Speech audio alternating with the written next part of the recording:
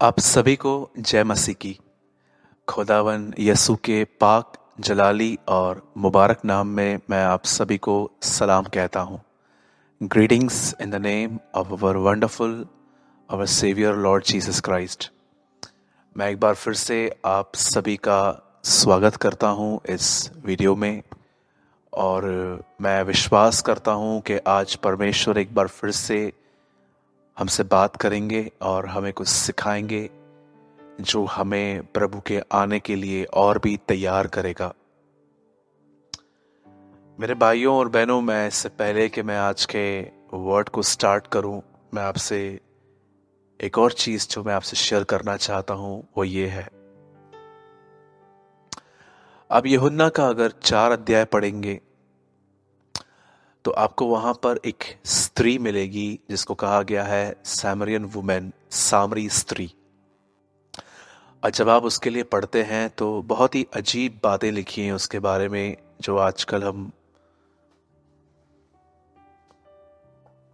जब पढ़ते हैं तो हमें बहुत कुछ सीखने को मिलता है। बाइबल बताती है कि ये दोपहर के समय में यीशु मसीह के पास आई थी, और यीशु एक्चुअली वहाँ बैठे हुए थे और ये पानी भरने के लिए वहाँ आई थी। उसे नहीं पता था कि उसकी मुलाकात जो है वो यीशु मसीह से होगी। जैसे यीशु से इनकी बातचीत हुई तब यीशु ने उसको कहा कि जा अपने पति को बुला कर ला। तब ये कहती है कि मैं बगैर पति की हूं। तब यीशु मसीह उसे कहते हैं, ये बात तूने सही कही, क्योंकि तू 5 पति कर चुकी है और जिसके साथ रहती भी है वो भी तेरा पति नहीं है। आप जानते हैं कि ये एक लिव इन रिलेशनशिप कहा जाता है आज के टाइम में, कि 2 लोग बगैर शादी के एक साथ रह रहे हैं, और खुदा कभी भी ऐसे संबंधों को ग्रहण या स्वीकार नहीं करता। बाइबल के अनुसार विवाह सब में आदर की बात समझी जाती है, न कि ऐसे संबंध। अब सुनिए, यीशु मसीह ने जब उससे कहा कि जा अपने पति को बुला कर ला, तब इस बहन ने कहा मैं बगैर पति की हूं। तब यीशु ने उसको कहा तू 5 पति कर चुकी है, छठवां भी तेरा नहीं है। मैं आपको समझाना चाहता हूं कि ये बहन इतने सारे मर्दों के साथ ये रही थी, क्या कारण था। मैं बिलीव करता हूं कि कहां न कहां इस बेटी को, इस परमेश्वर की बेटी को, भले ही इसके काम बुरे थे लेकिन थी फिर भी ये प्रभु की बेटी। आप जितने भी लोग इस दुनिया में देख रहे हैं, याद रखिए, भले ही वो डेविल को फॉलो कर रहे हैं या डेविल की बातों को मान रहे हैं, पर वो है परमेश्वर के। इसीलिए यहूदा की किताब में लिखा है, बहुतों को आग से झपट के निकालो। यदि आप सच में यीशु मसीह के पीछे चलते हैं तो आपको हमेशा इन लोगों के लिए बर्डन होगा। आप इनसे प्यार करेंगे और आप इन्हें मसीह के बारे में बताएंगे। आप जानते हैं, ये जो बहन थी जिसके इतने पति थे और अब जिसके साथ रह रही थी वो उसका पति नहीं था। मैं बिलीव करता हूँ इतने सारे रिश्ते बदलने के पीछे एक कारण ये था कि ये प्यार की तलाश में थी। शायद पहले से नहीं मिला, दूसरे से नहीं मिला, ऐसे करके 5 हो गए पर किसी से नहीं मिला। आप जानते हैं, आप और मैं, जितने भी लोग यहाँ पर हैं, हम सब एक चीज चाहते हैं, वो है प्रेम। और आप देखिए आजकल प्रेम जो है लोग गलत जगहों पे ढूंढते हैं। आज कितने सारे लोग हैं जो ड्रिंकिंग हैबिट्स में हैं, ड्रिंक करते हैं, स्मोक करते हैं, गलत काम करते हैं। एक्चुअली हमारे अंदर एक जगह है जो खाली है और हम उसे टीवी से, मूवीज से, कॉमेडी शोज से, अलग अलग चीज़ों से भरने की कोशिश करते हैं। पर मैं आपको बताना चाहता हूं, ये इस तरह नहीं होगा। याद रखिए, परमेश्वर प्रेम है। Love is not God. Otherwise आजकल जो लोग कमरों में करते हैं या गलत जगहों पे जाके करते हैं, वो उसको भी प्रेम ही बोलते हैं कि हम तो प्यार करते हैं इसलिए यहाँ आए हैं। But Bible never say love is God. The Bible says God is love. परमेश्वर प्रेम है। यदि आप सच में एक ऐसे व्यक्ति हैं जो पास्ट में किसी आपके साथ कुछ ऐसा हुआ है और आपके अंदर कुछ बातें हैं जो आपको बहुत सताती है, तो मैं आपको एक सलाह दूंगा, परमेश्वर के करीब चाहिए। वो आपसे प्यार करता है, और जिस दिन आप उसके प्रेम से भर गए, मैं आपको सच कहता हूँ, ये दुनिया आपके लिए फीकी पड़ जाएगी। आप उसकी पहचान को पाकर कि वो मुझसे इतना प्यार करता है, आप किसी भी चीज़ के साथ एक नहीं हो पाएंगे, आप कॉम्प्रोमाइज़ नहीं करेंगे। मुझे परमेश्वर ने ये लीड किया कि मैं आपसे ये बात कहूँ कि आप में से जितने भी लोग मुझे देख रहे हैं, आप मसीह हैं, आप मसीह नहीं हैं, याद रखिए परमेश्वर आपसे प्रेम करते हैं। यदि आप एक ऐसे भी व्यक्ति हैं जिन्होंने प्रभु में आने के बाद भी कुछ सीरियस गुनाह किए, ऐसे गुनाह जो आप किसी को बता नहीं सकते हो, जो आपको और आपके खुदा के बीच में है, मैं आपको कहूँगा परमेश्वर आपसे प्रेम करते हैं। 100 लोग आपको डिस्करेज करेंगे कि तू पापी है, तू ऐसा है, तू वैसा है। शैतान आपके माइंड में आपको बातचीत करेगा, कंडेम करेगा, बट नहीं। हमेशा उसे याद रखें जो आपके लिए बलिदान हुआ, जो मुर्दों में से जी उठा, और वो आपसे प्रेम करता है। हम आगे बढ़ते हैं। जैसे कि आपने आज के इस वीडियो का टाइटल तो पढ़ा ही होगा कि मैं आज मोबाइल के लिए कुछ बात करना चाहता हूं, उसके बाद मैं एक और टॉपिक में आपसे बात करूंगा। एक्चुअली ये प्रचार नहीं है जो मैं अभी 10-15 मिनट आपसे बात करूंगा। एक्चुअली एक कैजुअल टॉक कह सकता हूं मैं आपके साथ ऐसे समझिए कि मैं आपके आमने सामने बैठकर आपके घरों में मैं आपके साथ कुछ शेयर कर रहा हूं। और प्लीज मैं आपको फिर से कहता हूं, ये कोई प्रचार नहीं है, पर मैं आपको अपनी गलतियों में से आज कुछ मैं आपको समझाना चाहता हूं। आप जानते होंगे बाइबल की शुरुआत इस तरह हुई कि परमेश्वर ने इंसान को बनाया और इंसान ने गलतियां की। केन ने हाबिल का मर्डर किया, मूसा से भी एक मर्डर हो गया था, शिमशोन व्यभिचार में गिरा, दाऊद व्यभिचार में भी गिरा और उसने हत्या भी करवाई। और आप ऐसे बहुत सारे लोगों को देखते हैं पुराने नियम में, नए नियम में। यीशु मसीह का दास पतरस, उसने 3 बार प्रभु को इनकार किया। थोमा ने प्रभु का मजाक उड़ाया, चलो मरने वालों के साथ मरने चले। प्रेरितों के काम में अगर आप पौलुस के लिए पढ़ेंगे तो उससे भी गलतियां होती थी। मेरे भाइयों और बहनों, परमेश्वर ने अपने लोगों की गलतियां हमें बाइबल में क्यों दिखाई है, ताकि हम सीखें, हम समझें कि उनसे भी गलतियां हुई थी, पर उनका एंड बहुत ग्लोरियस था। क्योंकि कई बार जब हम रॉन्ग स्टार्ट करते हैं तब हम बीच में रुक जाते हैं। मैं कईयों के साथ जब बात करता हूं तो वो मुझे कहते हैं कि मेरे साथ ऐसा हुआ, तो मैं उनको एक बात कहता हूं, क्या आप अपने पास्ट को पकड़ के अपना प्रेजेंट और फ्यूचर भी खराब करोगे? कई बार आप देखिए, आप लोगों को बताएंगे ना, अगर उनके साथ कुछ पास्ट में गलत हुआ है, आप कुछ भी करोगे, वो आपको एक ही बात बोलेंगे, मेरे साथ हुआ। अच्छा ऐसा नहीं, अभी ऐसा करो, मेरे साथ हुआ। अरे ऐसा नहीं, ऐसा करो, नहीं मेरे साथ हुआ। आप देखिए कितने सारे लोग हैं जो अपने पास्ट को पकड़ के अपना प्रेजेंट और अपना फ्यूचर खराब करते हैं। बाइबल के अनुसार बाइबल के अंदर बहुत सारे लोगों की गलतियां दिखाई दी, पर परमेश्वर ने उन्हें छोड़ा नहीं, परमेश्वर ने उन्हें थामे रहा। प्रभु याकूब से कहता है, जब तक मैं अपना लक्ष्य, अपना मकसद पूरा न करूं, मैं तुझे नहीं छोड़ूंगा। मुझे आज पवित्र आत्मा ने प्रेरित किया कि मैं आपको अपनी एक गलती, अपनी एक मिस्टेक से मैं आपको सिखाऊं। और मैं फिर से कहता हूं, आप बिलीव ऐसा करें आज के, मैं जैसे आपको प्रचार नहीं कर रहा हूं, पर मैं आपके परिवारों के साथ एक कैजुअल टॉक कर रहा हूं। एक दिन की बात है और मैं अपने ऑफिस में था, और जब मैं बैठा हुआ था तब मैंने पुरानी बात है, काफ़ी पुरानी बात है, तो मैंने अपना सेल फोन लिया। और जब मैंने सेल फोन के अंदर कुछ मुझे काम था, तो मैं अचानक फेसबुक पे गया। फेसबुक पे मैंने देखा कि कुछ लोगों ने अपने फोटोज़, कुछ लोगों ने टिकटॉक्स, और किसी ने कुछ किया, किसी ने क्या डाला था। और ये सब देखने में इतना इंटरेस्टिंग लग रहा था कि मैं देखता जा रहा था, 1 वीडियो, 2 वीडियो, 3 वीडियो, 4 वीडियो। और मैं आपको सच कहता हूँ, आप शायद ट्रस्ट करें या न करें, हाफ एन आवर कैसे गुजरा मुझे पता तक नहीं चला।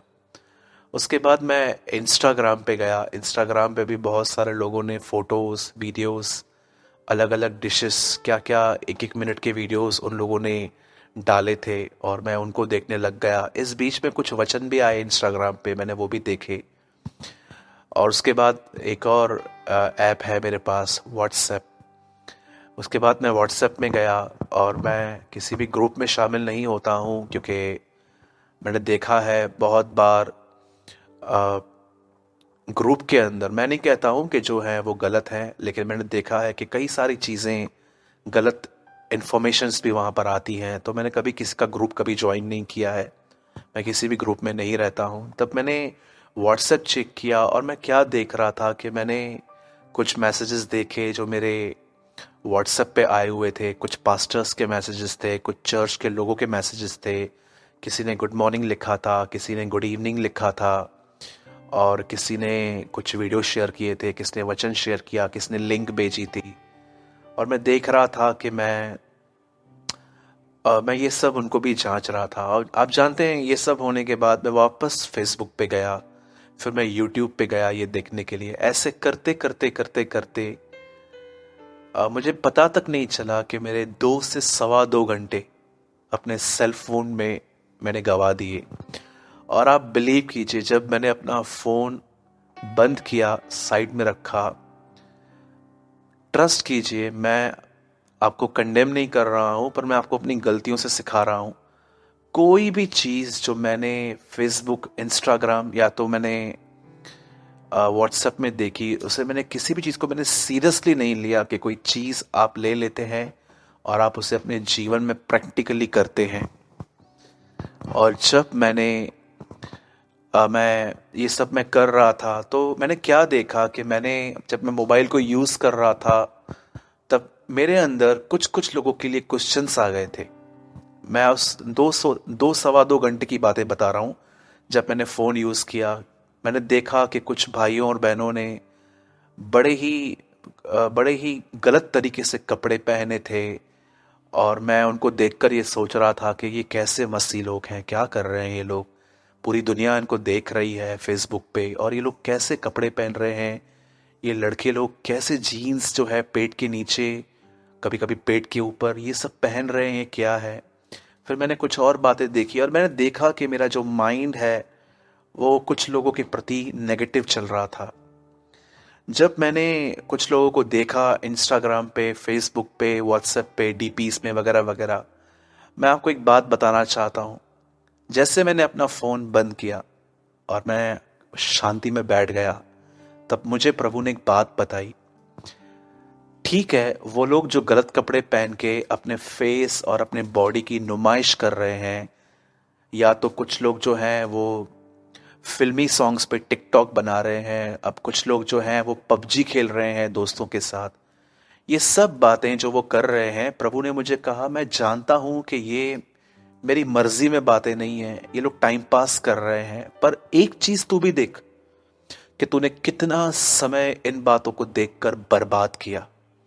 मेरे भाइयों और बहनों, हमें सिर्फ और सिर्फ वही लोग बुरे लगते हैं जो वेल ड्रेस्ड नहीं हैं, जो बहुत टाइम पास कर रहे हैं सच्चाई पर, सच्चाई जानने के बाद भी वो लोग गलत चाल चल रहे हैं। पर क्या आपको इन सब बातों को छोड़ के एक और गलती आपको दिख रही है कि आप अपना कितना समय इन चीजों में बर्बाद कर रहे हैं?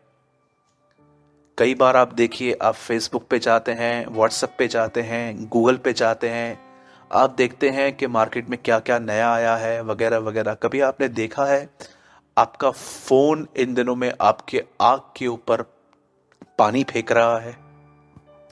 मैं फिर से कहता हूं, मैं फोन यूज करने के बिल्कुल भी खिलाफ नहीं हूं। अगर आपके पास फोन नहीं होता तो शायद आप ये वीडियो भी नहीं देख पाते, पर आपको मैं ये समझाना चाहता हूं कि क्या आपको ऐसा नहीं लगता कि आप अपना बहुत सारा समय उन चीजों को दे रहे हो जो चीजें सिर्फ और सिर्फ आपके माइंड को वर्ल्डली कर रही हैं? जरा सोचिए मेरे भाइयों और बहनों, मैं आपको सच कहता हूं, समय बहुत कीमती है। हमारे मुंबई में एक कहावत है, टाइम इज मनी। अगर आप यहाँ पर आकर किसी को भी, अगर आप उनको एक कार्ड दोगे ना, आप उनको बताओगे ना, आप उनसे पूछोगे ना कि भाई ये पता मुझे बता दो, तो वो आपको ये नहीं कहेंगे कि यहाँ वहाँ, कुछ लोग कहेंगे, लेकिन अधिकतर लोग आपको कहेंगे सीधा जाओ। क्योंकि यहाँ पर किसी को टाइम, जिसको किसी को पता बताने का टाइम नहीं होता, सब इतने व्यस्त होते हैं। मैं आपको सच कहता हूँ, आप में से बहुत सारे लोग जो मुझे देख रहे हैं इन दिनों में, आप और मैं लॉकडाउन में बंद हैं। ठीक है, मैं समझ सकता हूँ कितना देर आखिर हम दुआ करेंगे, कितनी देर आखिर हम बाइबल पढ़ेंगे।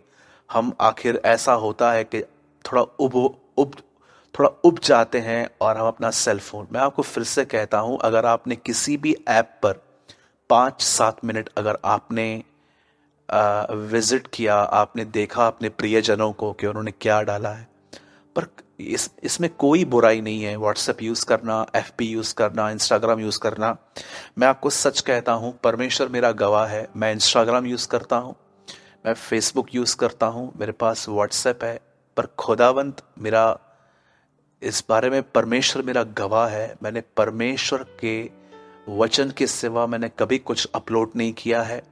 मैं हमेशा जो उन्नति परमेश्वर मुझे वचन और प्रार्थना के द्वारा फास्टिंग्स में उसके साथ संबंध में देता है, मैं वो बातें चंद शब्दों में लिखकर लोगों के सामने रख देता हूँ फेसबुक पे, अलग अलग जगहों पे, ताकि वो उसको पढ़ें, उसको समझें, और वो भी उन्नति में।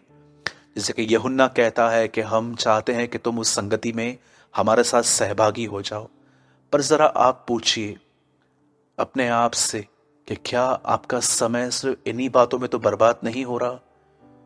कई बार आप बहनें, अगर आप किसी ऐसी बहन को देखती हैं जिसके बाल स्ट्रेट हैं, जो दिखने में ब्यूटीफुल है, कभी आपने देखा है कि आप उसकी आईडी पे जाके आप कितना नीचे तक चले जाते हो उसके फोटोज देखने? कभी कभी आप भाई लोग भी, आप देखिए आजकल कुछ मसीह भाई भी ऐसे जरूर हैं जो बहनों की फेसबुक आईडी पे जाते हैं और लास्ट तक उनके फोटोज देखते हैं, और आप अपने जीवन में व्यभिचार को इनविटेशन दे रहे हो।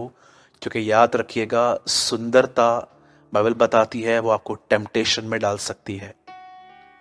मैं आपको फिर से कहता हूं मेरे भाइयों, मेरी बहनों, ये अंतिम समय है, प्रभु यीशु मसीह जल्द आने वाले हैं, और याद रखिएगा उसके आने के चिन्ह हम अपनी आंखों से इन दिनों में देख रहे हैं। आप देखते हैं कि कैसा माहौल फैला हुआ है, लोग कितने मर रहे हैं, कितना भारत में कोरोना वायरस फैल चुका है।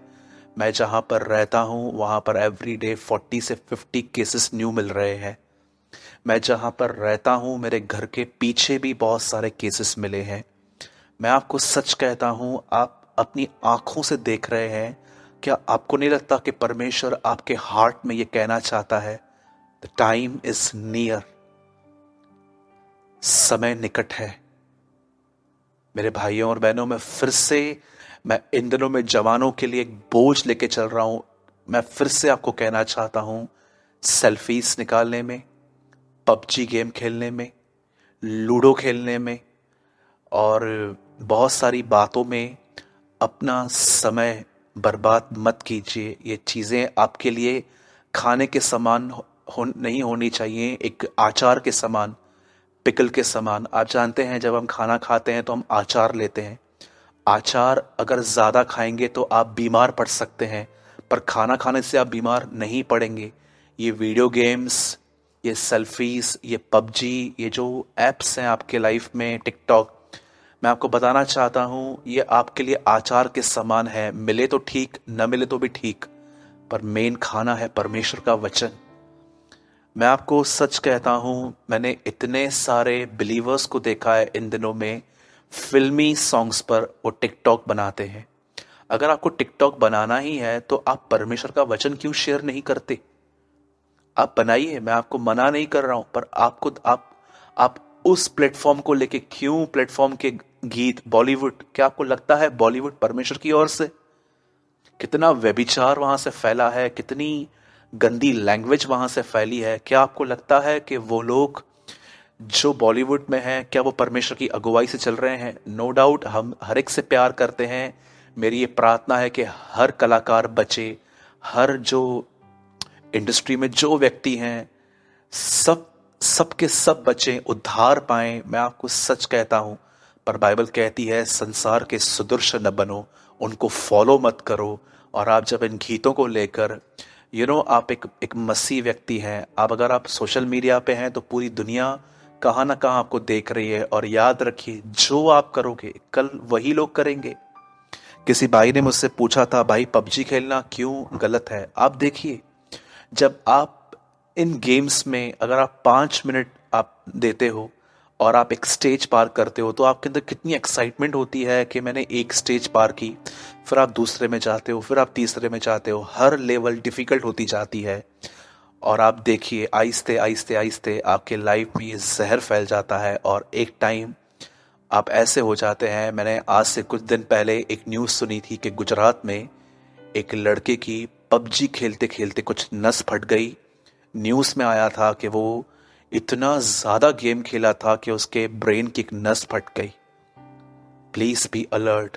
मैं आप जवानों को कहना चाहता हूँ, फ़ोन यूज़ करना पाप नहीं है, लेकिन फ़ोन ही यूज़ करते रहना आपके लिए सही नहीं है। अगर आप चाहते हैं कि ब्रदर ठीक है हम कम यूज़ करेंगे, हम क्या करें? Listen,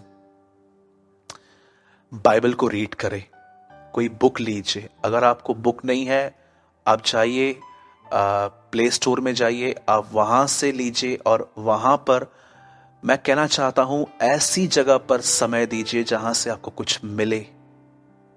try to understand. कई बार आप अगर फेसबुक पे भी अगर आप कोई वचन पढ़ते हो तो आपको ये बात पता होनी चाहिए कि बस मुझे इतना ही पढ़ना है। अननेसेसरी फेसबुक के अंदर और चीज़ों में नहीं घुसना है कि उसकी आईडी का क्या है, उसकी आईडी का क्या है, इसने फोटोज क्या डाले हैं। मैं यही समझाना चाहता हूं कि जहां पर आप अपना समय दे रहे हैं, क्या आपको वहां से कुछ मिल रहा है? आप बाइबल पढ़ सकते हैं, आप स्तुति आराधना कर सकते हैं, आप वर्शिप कर सकते हैं, आप फास्टिंग में जाके कोई अच्छा बुक पढ़ सकते हैं। हो सके तो आप एक ऐसे व्यक्ति को, ज़रूरी नहीं है कि आपको मेरे ही वीडियोस देखने हैं, अगर आप मुझे छोड़कर किसी और भी अच्छे भविष्यवक्ता या किसी ऐसे वक्ता को जानते हो जो परमेश्वर का वचन बड़े बोल्डली और बड़े स्ट्रेट और पवित्रता में जीने के लिए आपको कहना चाहते हैं, प्लीज़ ऐसों की वीडियो को डाउनलोड कीजिए और सुनिए। इसमें कोई खराबी नहीं है। पर वो लोग जो आपको सिर्फ दुनिया की बातों में ले जाते हैं, मैं उन लोगों से थोड़ा दूर रहता हूं। इससे पहले कि हम आगे के वचन में आए, मुझे अपनी गलती से आपको समझाना था कि कैसे मैंने अपने घंटों व्यर्थ बातों में बिताए हैं। मैं चाहता हूं आप न बिताएं, आप तैयार हो जाएं। परमेश्वर आपको आप में से बहुतों को परमेश्वर पवित्र आत्मा से परिपूर्ण करना चाहता है, परमेश्वर आपका उपयोग करना चाहता है। मैं आपको विनती करता हूं, मेरे जवान, मेरे भाइयों, मेरी बहनों, जिनकी भी फेसबुक पे आईडी है, मैं आपसे विनती करता हूं, जो कुछ आप सीख रहे हैं उसे टाइप कीजिए और फेसबुक पे रखिए। लोग आशीषित होंगे। लोग मर रहे हैं बीमारियों में, सुसाइड कर रहे हैं, खाने के लिए उनके पास नहीं है, शब्द उनको उठा सकते हैं, शब्द उनको इनकरेज कर सकते हैं। जितना हो सके चीजों को उन चीजों के लिए यूज कीजिए जिनके लिए वो दी गई है। आइए, ये समय है परमेश्वर के वचन का। मैं बिलीव करता हूं कि परमेश्वर आप में से हर एक से आज कुछ बात करेंगे और बहुत ही सिंपल पर बहुत ही पावरफुल वर्ड है। आइए हम दुआ करेंगे। Thank you Jesus. प्रभु, आपने मुझे इन दिनों में जवान भाइयों और बहनों के लिए बोझ दिया है प्रभु, जो बहुत हद तक प्रभु एडिक्शंस में फंसे हुए हैं। कोई सेल्फीज में बिजी है, तो कोई टिकटॉक में, कोई पबजी में, तो कोई फेसबुक पे सिर्फ दूसरों की चीजें को चेक कर रहा है। प्रभु, आपने मुझे समझाया था कि फोन यूज करना पाप नहीं है, लेकिन फोन में वो पढ़ो जिससे तुम्हारी उन्नति हो, चाहे वो कहां से भी हो। प्रभु, मैं दुआ करता हूं यीशु मसीह के नाम में, खुदावंद आज अपने कलाम को हमारे बीच में भेज, हमें आशीष दे, हम पर दया कर। और प्रभु, अगर हमें हर 15 से 20 मिनट में अपने फोन को उठाकर बार बार चेक करने की आदत सी पड़ गई है, तो प्रभु हम दुआ करते हैं, हमारी मदद कर कि हम बार बार इस तरफ बाइबल को उठाएं प्रभु, और उसमें से क्या है हम सीखें, और खुदावंद हम तेरी तरफ बन पाएं। हमें अंश अंश करके बदल, हमें आशीष दे। हम तुझे सारी महिमा आदर देते हैं, दुआ को यस्सु के नाम में मांगते हैं, आमीन आमीन।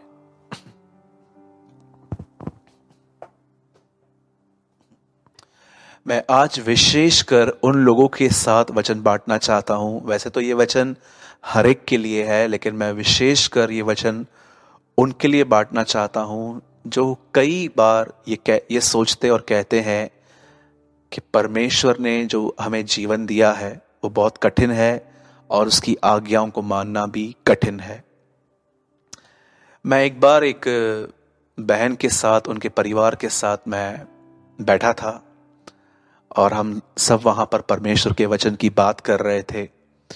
तब मैंने बात करते करते कुछ टॉपिक छेड़ा और मैंने उनको कहा कि ये हमें नहीं करना चाहिए।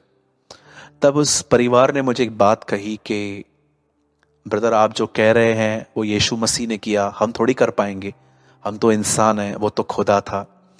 आज बहुत बार ऐसा होता है कि लोग जब कठिन बातों तक पहुंचते हैं, एक ऐसी आज्ञा जो कठिन होती है, जैसे कि अगर मैं आपको कहना चाहता हूं कि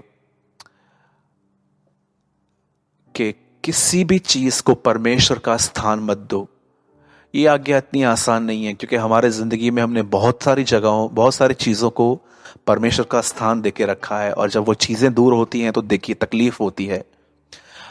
बहुत सारी आज्ञाएं ऐसी भी हैं जो कठिन हैं, बहुत सारी आज्ञाएं ऐसी भी है जो आसान है। लेकिन अगर आपको ऐसा लगता है कि परमेश्वर की आज्ञाओं को मानना कठिन है, तो आज मैं इस बॉन्डेज को तोड़ना चाहता हूं, इसको ब्रेक करना चाहता हूं, और मैं आपके सामने रिवील करना चाहता हूं by the grace of God, परमेश्वर के अनुग्रह से, कि परमेश्वर की किसी भी आज्ञा को मानना कठिन नहीं है, चाहे वो कोई भी है। किस तरह से हर चीज आपके लिए आसान हो सकती है, मैं आज आपको समझाना चाहता हूं। याद रखिए, सबोपदेशक जो है, एक उसका आखिरी अध्याय, उसका आखिरी कलाम कहता है, सब कुछ सुना गया, अंत की बात यह है कि तू अपने परमेश्वर की आज्ञाओं को मान, उसका भय रख, क्योंकि परमेश्वर चाहे बुरी बातें हैं चाहे भली बातें हैं, हर एक का न्याय करेगा। याद रखिए, एक मसीह होने के नाते हमारा कर्तव्य है कि जो भी परमेश्वर ने हमें आज्ञाएं दी हैं हम उसको माने। याद रखिए, इससे बड़ी कोई चीज नहीं है आपके लाइफ में कि आप परमेश्वर की आज्ञाओं पर चलो। और अब जो मैं आपको समझा रहा हूं, यदि आप भी कभी कभी ऐसा आपको महसूस होता है कि परमेश्वर की कुछ आज्ञाएं मानना सच में बहुत कठिन है, तो आज मैं आपके साथ कुछ बात करना चाहता हूं। इस समय आपकी स्क्रीन पर एक वर्ड आ रहा है, पहला यूहन्ना 1 जॉन। ये गॉस्पेल नहीं है, ये लेटर है जो पीछे आता है, 1 जॉन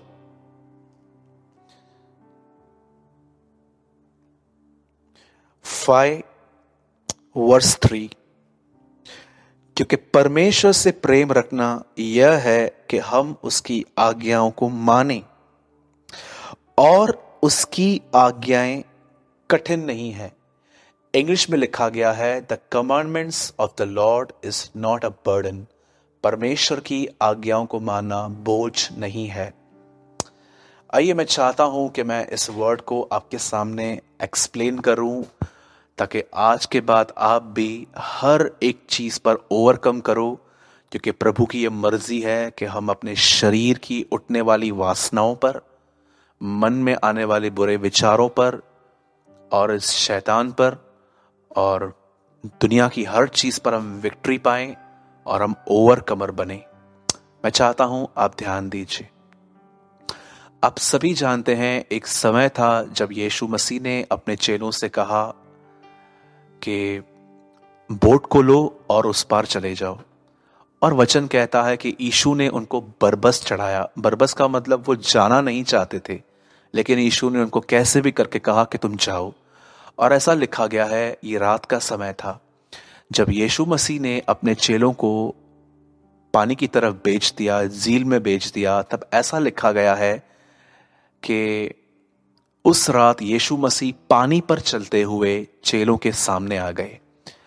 सब लोग ये कहने लग गए यह तो भूत है, लेकिन आप सभी जानते हैं यीशु ने वहां पर कहा मैं हूं। बहुत सारे जो लोग हैं जो ये नहीं मानते हैं कि यीशु मसीह खुदा है। कई लोग जो हैं यीशु मसीह की उन्होंने कभी कभी कुछ कल्ट्स होते हैं, कुछ ऐसे ऐसे पंथ भी हैं मसीह के अंदर भी, कुछ ऐसे डॉक्ट्रिन्स हैं, कुछ सिद्धांत बना के रखे रखे हैं लोगों ने।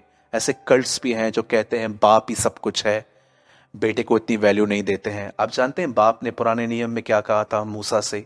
जब मूसा ने उससे पूछा, जब वो पूछेंगे तेरा नाम क्या है तो मैं क्या कहूंगा, तब परमेश्वर ने कहा था मैं जो हूं सो हूं।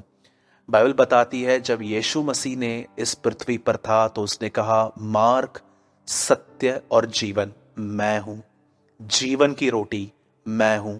जीवन जगत की ज्योति मैं हूं। सच्ची दाखलता मैं हूं। जीवन और पुनरुत्थान मैं हूं। उसने ये भी कहा कि मैं आदि हूं, अल्फा और ओमेगा मैं हूं। आप जानते हो क्यों यीशु मसीह मैं हूं मैं हूं मैं हूं बहुत कहता था? I am. वो समझाना चाहता था कि मैं वही खुदा हूं जो मूसा से मिला, जो इब्राहिम से मिला, जो इब्राहिम, इसहाक और याकूब से मिला। याद रखिए, न यीशु पिता से ऊपर है न यीशु पिता के नीचे है। याद रखना, वो इक्वल है वहां पर। आप अपने किसी भी सिद्धांत में, आप अपने किसी भी डॉक्ट्रिन में उसे नीचे नहीं बता सकते हैं। वो ट्रिनिटी का सेकंड पर्सन है और याद रखिएगा वो आराधना के योग्य परमेश्वर है। कई सारे जो लोग हैं उन्होंने अपने डॉक्ट्रिन्स बना के रखे हैं। किस चीज़ में वो किसी और को ग्लोरीफाई करते हैं, किसी चीज़ में वो किसी को नीचे कर देते हैं। पर याद रखिए, बाइबल एक ही चीज़ कहती है, जब परमेश्वर ने सृष्टि बनाई तो उसने क्या कहा? आओ हम मनुष्य बनाए। जब वो कहता है आओ, इसका मतलब वहां पर कोई था, पिता और पुत्र। और याद रखिए, ये तो पुराने नियम की शुरुआत है। नए नियम की शुरुआत भी ऐसे ही होती है। बेटा बपतिस्मा लेता है, बाप ऊपर से कहता है ये मेरा प्रिय पुत्र है, और पाकरू पवित्र आत्मा उतरता है। ये तीनों एक साथ काम करते हैं। पुराने नियम की शुरुआत भी ऐसे है, नए नियम की भी ऐसे है। तो प्लीज कोई भी इनको डिवाइड करने की कोशिश न करे। यही सच्चाई है और आपको भी इस पे बिलीव करना चाहिए। आप जानते हैं जब यीशु मसीह बोट के सामने पानी पे चलते चलते आए तो वो लोग कहने लग गए कि ये तो भूत है। तब यीशु ने उनको कहा मैं हूं, आई एम। मेरे भाइयों और बहनों, वही है। और अगर आपको जानना है तो परमेश्वर ने पुराने नियम में भी हे सैमुअल, हे सैमुअल, हे मूसा, हे मूसा। परमेश्वर कभी कभी लोगों के 2 बार नाम लेता था। अब यीशु मसीह भी नए नियम में आपने पढ़ा होगा, शिमोन, हे शिमोन, मार्था, हे मार्था, वो खुदा है। आप जानते हैं जब यीशु ने कहा मैं हूं, तब पतरस ने उससे एक बात कही, प्रभु अगर तू है तो मुझे भी आज्ञा दे ताकि मैं भी पानी पे चलूं। और बाइबल बताती है यीशु ने उसे एक बात कही, आ। It's a commandment. याद रखिए, ये एक आज्ञा है। आप जानते हैं बाइबल के अंदर कितनी आज्ञाएं हैं? बहुत सारी। पर प्रभु ने एक वचन में कहा, तुम सुन चुके थे व्यभिचार न करना। इसका मतलब किसी को भी शादी से पहले टच मत करना, और न शादी के बाद अपनी वाइफ को छोड़ के किसी को टच करना। और याद रखिएगा, लेकिन यीशु ने, ये तो पुराने नियम का था, यीशु ने कहा मैं तुमसे कहता हूं अपने मन में किसी के लिए गलत मत सोचना, गंदी नजर मत डालना। ये एक आज्ञा है। एक और आज्ञा है जिसके लिए कहा गया है कि तुम सुन चुके थे कि हत्या मत करना, पर यीशु मैं तुमसे कहता हूं कि तुम किसी के लिए अपने मन में क्रोध या तो विष मत रखना कि इसके साथ बुरा हो। उसके बाद आप आज्ञाओं को पढ़ते हैं, तलाक न देना। एक और आज्ञा है चिंता मत करना, दोष मत लगाना, झूठी शपथ मत खाओ। और बहुत सारी आज्ञाएं मैथ्यू 5, 6, 7 में, और बहुत सारी कमांड्स हैं बाइबल के अंदर। देखो, उनमें से एक आज्ञा ये भी है, जब पतरस ने यीशु मसीह से कहा अगर आप हैं तो मुझे भी कहिए, तब यीशु ने कहा आ। अब बहुत सारे लोग इस चीज को इस तरह बांट लेते हैं कि पतरस डूबा, पर उसके डूबने से पहले आपको यह भी समझना है कि पतरस चला पहले। पतरस एक पहला व्यक्ति था यीशु के बाद जो पानी पर चला। उसने अपने पैर जो थे पानी में डाले और वो पानी पे चलने लग गया। लेकिन जब उसका ध्यान हवाओं की तरफ गया तब बाइबल बताती है वो डूबने लग गया और परमेश्वर बड़ा दयालु है, यीशु मसीह ने उसको वहां पर हाथ दिया, उसे उठाया और कहा तूने क्यों संदेह किया। मैं आज आपसे एक बात पूछना चाहता हूं, क्यों पतरस पानी पर चल पाया? आप जानते हैं, और वो 11 चेले जो बोट के अंदर थे वो क्यों नहीं चल पाए? रीजन क्या था? आप जानते हैं हम में से बहुत सारे लोग खुदा के साथ क्यों नहीं चल पाते हैं? क्यों पतरस चला पानी पर? उन 11 लोगों को एक ही थॉट आया, हम तो इंसान हैं, यीशु मसीह खुदा है, हम कैसे चल पाएंगे? आज भी बहुत सारे लोग जब बाइबल को पढ़ते हैं तो उनके अंदर यही ख्याल रहता है, यीशु तो खुदा था ना, उसको कीले मारे गए, उसको कोड़े मारे गए, उस पर थूका गया, वो तो सहन करके गया, वो तो खुदा था ना, मैं कैसे कर पाऊंगा? हम सेम वैसे ही चलते हैं जैसे वो 11 चेले चल रहे थे। लेकिन पतरस इस बात में बड़ा अलग था। पतरस ने यीशु से कहा, प्रभु यदि आप हैं तो मुझे भी आज्ञा दीजिए। क्या आप खुदा से ये कहते हैं दुआओं में, प्रभु यीशु मसीह आप जब इस दुनिया में थे आपने कई बार अपना एक नाम बताया था कि आप मनुष्य के पुत्र हैं। प्रभु अगर आप मेरी तरह इंसान थे और इस समय मैं भी इंसान हूं, जब आपने सारी आज्ञाओं को पूरा किया तो मैं क्यों नहीं कर सकता? और जब आप ऐसी दुआएं करना सीखेंगे, परमेश्वर आपको भी वैसे ही भरेगा जैसे उसने अपने यीशु मसीह को, अपने बेटे को भरा था, और आप भी नेचुरल से सुपर नेचुरल चीजों की तरफ चले जाओगे। आप जानते हैं, शायद आप में से बहुत सारे लोग इस बात को कम जानते हैं, मैं आपको क्लियर कर देता हूं। आपके स्क्रीन पर एक मैं वर्ड लगा रहा हूं, जरा देखिए कि यीशु मसीह आज भी क्या है, उसे कैसे प्रस्तुत किया है एक पत्री के अंदर।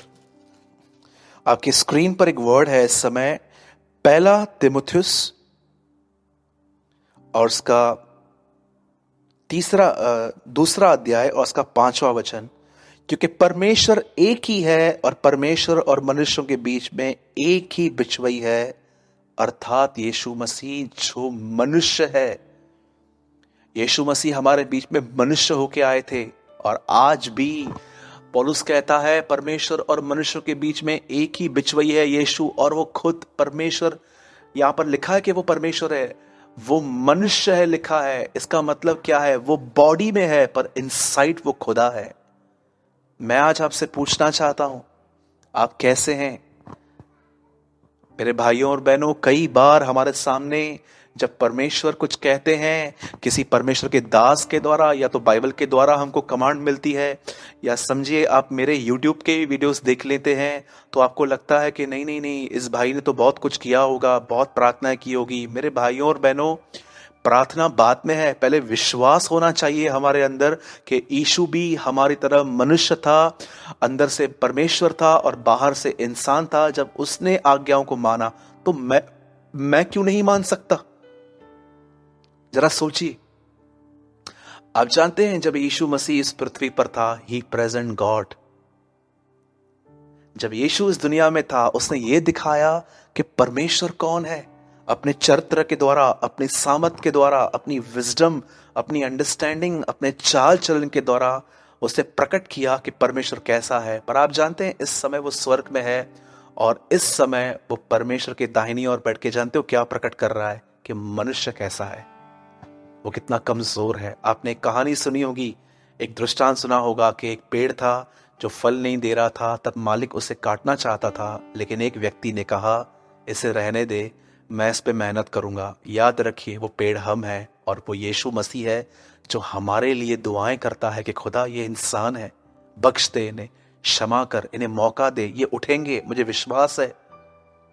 जब भी आपके सामने, विशेषकर जवानों के सामने ऐसी आज्ञाएं आती हैं, व्यभिचार मत करो, गर्लफ्रेंड मत रखो, बॉयफ्रेंड मत रखो, या कई बार आप बहनों को ये कमांड्स मिलती हैं कि यहाँ की बातें वहाँ मत करो, चुगलियाँ मत मारो, या बहुत सारे जवान बड़े भाइयों को आज्ञा मिलती है पैसों से प्रेम मत करो, तुम्हारा जो धन है वो स्वर्ग में होना चाहिए। याद रखिए जब भी आपके सामने आज्ञाएं मिलती हैं और आपका माइंड आपको ऐसा कहता है तू कहाँ कर पाएगा, कई बार लोगों ने अपनी इमेज इतनी खराब करके रखी है, अपने आप को इतना वीक समझना कि नहीं मुझसे तो नहीं हो सकता। बिल्कुल हो सकता है।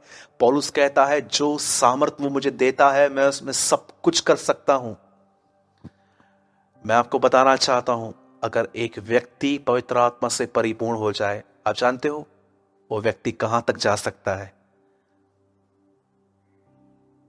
अगर आपको समय मिलता है, यीशु मसीह की क्रूस की मौत के लिए पढ़िए। यीशु ने क्या कहा? हे पिता, इन्हें क्षमा कर। क्या आपको लगता है इंसान के अंदर इतनी ताकत है कि आपको जो मार रहे हैं आप उनको माफ कर पाओ? याद रखिए, ये परमेश्वर की आत्मा की सामर्थ है। वो आपको इतना गहराई में ले जा सकता है, वो आपको इतना बदल सकता है, वो आपको इतना चेंज कर सकता है कि वो लोग जो सुबह से लेकर रात तक आपको तकलीफ पहुंचाने के लिए सोचते हैं और करते हैं, आप उन्हें भी ब्लेसिंग दे सकते हो। मेरे भाइयों और बहनों, मैं आपको फिर से कहना चाहता हूं, यीशु मसीह वहां पर आए। 11 चेले ये सोच रहे थे हम तो इंसान हैं, लेकिन पतरस ने कहा नहीं प्रभु, मैं आ सकता हूं, क्योंकि यीशु को वो जानता था कि यीशु कई बार अपने आप को मनुष्य का पुत्र कहता था। तब यीशु ने कहा आ, और लिखा है वो चलने लग गया। लेकिन जब ऐसा टाइम आया, जब उसने हवाओं को देखा, तब वो डूब गया। आप जानते हैं कौन सा व्यक्ति खुदा की बातों पर नहीं चल पाता? वो जिसका ध्यान खुदा की तरफ नहीं है। एक बहुत अच्छे व्यक्ति ने कहा, उसने सब कुछ सह लिया मुझे याद करके, अब मैं सब कुछ सह लूंगा उसे याद करके। एक बहुत अच्छे परमेश्वर के जन ने यह बात कही थी, उसने सब कुछ सह लिया मुझे याद करके। आप बिलीव करते हैं जब यीशु मसीह मरने जा रहे थे, उसके दिमाग में हम थे? वो हमारे बारे में सोच रहा था कि मैं मरूंगा, वो जिएंगे। वैसे ही आज हम सब कुछ बर्दाश्त कर सकते हैं उस यीशु को याद करके जो हमारी जगह पे मरा। मेरे भाइयों और बहनों, मैं फिर से आपको कहना चाहता हूं, परमेश्वर की आज्ञाओं को मानना कठिन नहीं है। आपको एक काम करना होगा, आपको अपना समय घुटनों पर बिताना है, प्रेयर में रहना है। आप घुटनों पे नहीं आ सकते, आप जैसे चाहिए आप बैठिए, लेकिन एकांत अकेले में खुदा के सामने जाइए। अपनी कमजोरियों को परमेश्वर को बताइए कि प्रभु, मेरे घर के हालात जब बिगड़ते हैं तो प्रभु मैं बहुत परेशान हो जाता हूँ। ये लड़कियां प्रभु जब सामने से टाइट कपड़े पहन के गुजरती हैं तो मुझे बहुत गंदे गंदे ख्याल आते हैं। प्रभु जब मेरी सास और मेरा पति मुझे कुछ बोलता है तो मुझे बहुत गुस्सा आता है। प्रभु बहुत समय पहले मेरे साथ कुछ हुआ था, मैं पास्ट की मेमोरी से बाहर नहीं आ पा रहा हूँ। जो भी आपके हालात हैं खुदा को बताइए, खुदा आपको पाकरू से भरेगा और पवित्र आत्मा आपको वो ताकत देगा उन चीजों को ओवर करने की, और आप ये महसूस करोगे कि आपकी जिंदगी में एक कलाम पूरा हो चुका है। अब जो मसीह में है वे नई सृष्टि है, पुरानी बातें बीत गई, देखो सब कुछ नया हो गया। परमेश्वर आपको नया बना सकता है। मैं आपको थर्ड टाइम ये कहता हूं, परमेश्वर की आज्ञाओं को मानना कठिन नहीं है। आप कर सकते हैं, आप खुदा के साथ चल सकते हैं। प्रभु बहुत जल्द आएंगे और मैं बिलीव करता हूं कि वो हम सबों को ले जाएंगे जो परमेश्वर के साथ चलते हैं, और जो नहीं चल रहे हैं मैं उनसे भी कहूंगा समय अब भी है, अब भी देर नहीं हुई है। आइए हम मन फिराएं और खुदा की तरफ लौट आए। Let's pray. हमारे जीवित और महान स्वर्गीय पिता, हमारे आसमानी बाप, खुदा हम आपके सामने झुकते हैं, सजदा करते हैं, तुझसे कहते हैं प्रभु हम पर रहम कर, हम पर दया कर, हमारे जीवन को उठा, उसे बना। धन्यवाद कि तूने शैतान के बहुत सारे झूठी बातों को हमारे अंदर तोड़ के रख दिया आज वचन के द्वारा। हम आज के बाद तेरे पीछे चलेंगे, तेरी आज्ञाओं को मानेंगे, तेरी संतान कहलाई जाएंगे, और हम बिलीव करेंगे कि हमारा रिवॉर्ड तू देगा हमें। तू हमारा रिवॉर्ड है। हमें आशीष दे, हम पर दया कर। हम तेरे सारी महिमा आदर देते हैं प्रभु। हम इस दुआ को यस्सु के नाम में मांगते हैं। आमीन एंड आमीन।